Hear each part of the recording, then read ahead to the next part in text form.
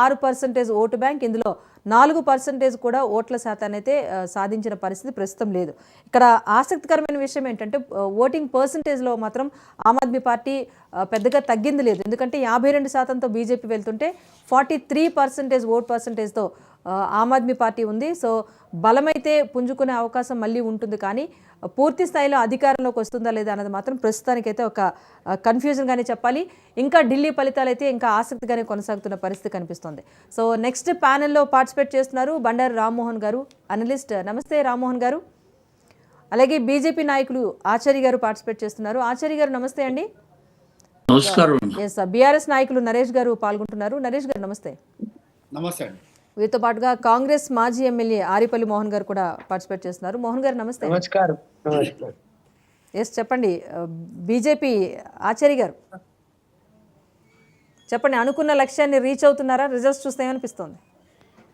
భారతీయ జనతా పార్టీకి నరేంద్ర మోడీ గారి పట్ల ఢిల్లీ ప్రజలు విశ్వాసంతో, పూర్తి నమ్మకంతో వారు ఇచ్చినటువంటి మాటను నిలబెట్టుకుంటారనేటువంటి లక్ష్యంతో ఢిల్లీ ప్రజలు ఇంత పెద్ద ఎత్తున అన్ని రాజకీయ పార్టీలు బీజేపీ పైన ఒత్తిడి తీసుకొచ్చినా కూడా, అనేక విమర్శలు గుప్పించినా కూడా ఢిల్లీ ప్రజలు కేజ్రీవాల్ గారి యొక్క నైజాన్ని, ముఖ్యమంత్రి అయిన తర్వాత వారి యొక్క బిహేవియర్, వారి యొక్క నీతి అవినీతి మధ్యలో వారు ఏదైతే ఈ 10 సంవత్సరాలు ప్రయాణం ఉందో దాన్ని ప్రజలు పూర్తిగా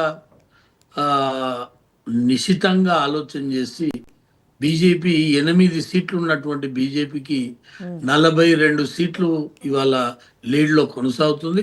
1-2 మైనస్ కావచ్చు, ఇంకొకటి 2 ప్లస్ కావచ్చు. అది ఏదేమైనా ఇవాళ ఢిల్లీ ప్రజలు సోనియా గాంధీ గారు, రాహుల్ గాంధీ గారు, ప్రియాంక గాంధీ గారు ముగ్గురు ఈ పార్లమెంట్ సభ్యులు ఒక ఇంట్లో ఉండి కూడా ఇవాళ ఢిల్లీ మహానగరంలో ఒక్క సీటు కూడా ఆధిక్యంలో లేదు. 10% ఓట్లు కూడా సాధించలేదు. ఇవాళ కాంగ్రెస్ యొక్క చాలా ఈ దేశం, ఈ ధర్మం, ఈ ఉన్నటువంటి పరిస్థితుల పట్ల వాళ్ళు వ్యవహరిస్తున్న తీరు ఇవాళ ఈ రిజల్ట్లు నిదర్శనం. మేము ఒకటే చెప్తున్నాం, కేజ్రీవాల్ ఏమో 50-60 సీట్ల మీద ఉండే, ఇవాళ ఆయనకి 27 సీట్ల దాకా ఆధిక్యంలో ఉన్నాడు. నేను అనుకుంటా ఆయనే 3-4 సీట్లు తగ్గొచ్చు, ఇంకో 3-4 సీట్లు పెరగొచ్చు. ఏదేమైనా 100% ఢిల్లీలో బీజేపీ నరేంద్ర మోడీ గారి నేతృత్వంలో, వారి ఆశీర్వాదంతో ఢిల్లీలో బీజేపీ ప్రభుత్వం వస్తుంది. దానికి నిదర్శనం ఎగ్జిట్ పోల్స్. ఈరోజు ఎగ్జాక్టివ్ ఈ వస్తున్నటువంటి ఏదైతే పోల్స్ ఉన్నాయో దీని రిజల్ట్స్ వల్ల ఇలా మనకు స్పష్టంగా అవగతమవుతున్నది. ఏదేమైనా ఈ దేశ రాజకీయాలు చాలా ఆలోచన చేయాల్సినటువంటి అవసరం ఉంది.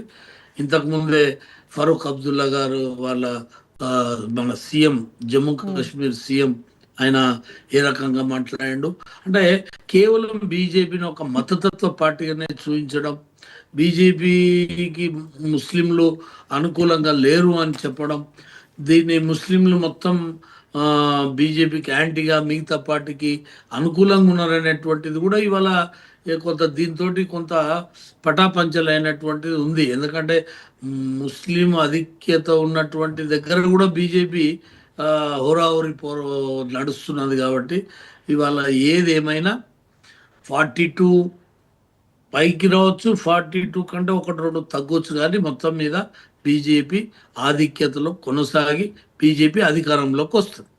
రైట్, మాట్లాడదా ఆరేపల్లి మోహన్ గారు, మీరు చెప్పండి. ఇప్పుడు ఆరేపల్లి మోహన్ సార్ మాట్లాడతారు. మీరు అనలిస్ట్, మిమ్మల్ని అంటే ఓవరాల్ గా విన్న తర్వాతనే ఎన్నికల ప్రచారం జరుగుతుంది.